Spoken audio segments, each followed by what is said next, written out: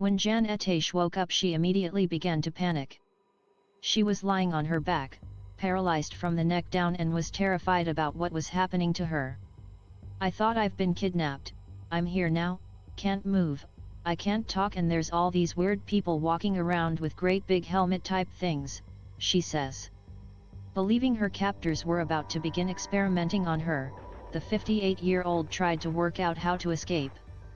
But all she could do was lie motionless, surrounded by strange machinery which continually beeped and whirred. It was at that point she realized the machines had their own language. "I thought they were communicating, these machines, they were communicating with each other," she says. "It was just very frightening, it was so frightening." But Jan hadn't been kidnapped and the machines were not talking. She was actually in an intensive care ward in a South London hospital, having spent 5 weeks in a coma battling a COVID infection that had almost killed her. It was January 2021. Her abductors were actually the doctors and nurses who had saved her life. Her paralysis was only temporary and her hallucinations had been brought about by a surprisingly common phenomenon called intensive care delirium, or ITU delirium. Being admitted to intensive care feels, to the patient, similar to being imprisoned, explains Dr. Larry Mulligue, an ITU consultant who treated Jan at St. Helier Hospital, in Carshalton. "There is an acute loss of control, as well as fear, great difficulty in being understood, and physical and emotional distress." According to Dr. Mulligue, ITU delirium affects more than half of patients at the trust, but the experiences of patients are rarely the same. Some of the luckier ones may imagine themselves as an extra character in a favorite book like Alice in Wonderland, but more frequently the hallucinations are very frightening, with themes of being kidnapped, tortured, drowned, and spied on, he says.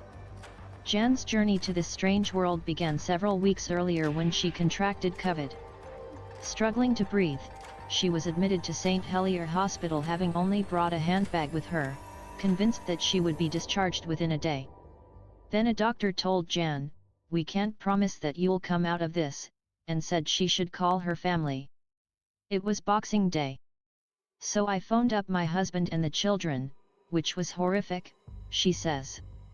"My youngest daughter screamed down the phone and said, 'Mum, I can't lose you. You've got to fight this.'" Nearly 2 years later, Jan still wells up thinking about that moment. "How can I say their mum isn't going to be around? I couldn't even give them a hug. It was a phone call." Jan was sedated and put on a ventilator. "She was probably one of the most unwell patients we had," explains Jessica Gregory, senior sister at St. Helier Hospital's ICU. "We were extremely worried about whether or not she was going to survive." It would be 5 weeks until Jan woke up to her strange visions. She was eventually discharged from hospital with a carrier bag of medication and unsettling flashbacks from her time in a coma. She recalled one of her daughters talking to her and another lying on her chest. She remembered being wrapped in a sheet and turned on her front whilst being ventilated. All of these had taken place, but it was difficult to distinguish what was real from what was not. She also found it difficult adjusting back to life at home. For a time she could only sleep if she played videos of the same beeping machines from intensive care on YouTube. It was a comfort in the end. "I needed to hear those machines for some reason," Jan says. Ryan Fuller had a similar experience to January. He was induced for the same reason, a life-threatening COVID infection. He had also not realized how close to death he was. But the 40-year-old business analyst's hallucinations were more prosaic. "It was random things like speaking to people while I was outside next to the river. And I'm like, well, there's no river in St. Helier," he says. Ryan also believed he'd recently collected his laptop from the second floor of the hospital. "That's a really weird place to be in whilst you're trying to recover," he says. While aspects like illness, age, medicines, noise levels, and insomnia are thought to contribute to the delirium, research continues into its cause and how it can be treated and prevented. There are practical remedies that we provide in our hospitals, a window and a clock with a 24-hour face so patients can orientate themselves to day and night, quieter machine alarms, Dr. Larry Mulligue says. We also offer early physiotherapy, frequently tell patients where they are, provide glasses and hearing aids, and play their favorite music. Hearing a familiar voice or feeling the touch of family members helps, too.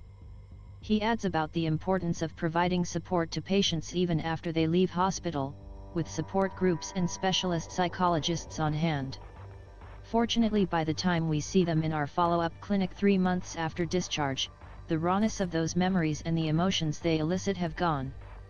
But explaining how common these thoughts are for survivors is often the validation they, and their families, need, he says. To help with their recovery, both Jan and Ryan are part of a peer support group for those who have experienced ITU delirium, based at St. Helier Hospital. In a small room under fluorescent lights, the patients discuss their close brushes with death and their hallucinations. One woman explains how she thought she was magnetized to her bed, another says she kept seeing the American detective Columbo. The majority of attendees have recovered physically, and these sessions aim to aid their psychological recovery from intensive care. I went to the first group and they answered every question I had, says January. You're thinking, am I normal? Am I going crazy? But then you hear other people have experienced the same thing and you're like, oh my God, it's not just me. Maria Carroll, a senior ICU nurse, believes patients find it very beneficial. The medics might understand their journey to a degree, she says, but we haven't walked in their shoes.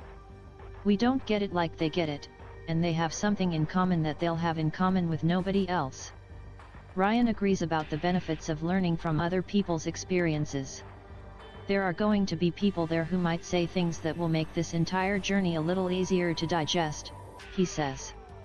And there are also those that might want to hear, depending on how far along they are, that it's hard, it's really hard, but it does get better. Follow BBC London on Facebook, Twitter and Instagram. Send your story ideas to hellobbclondon@bbc.co.uk. The BBC is not responsible for the content of external sites.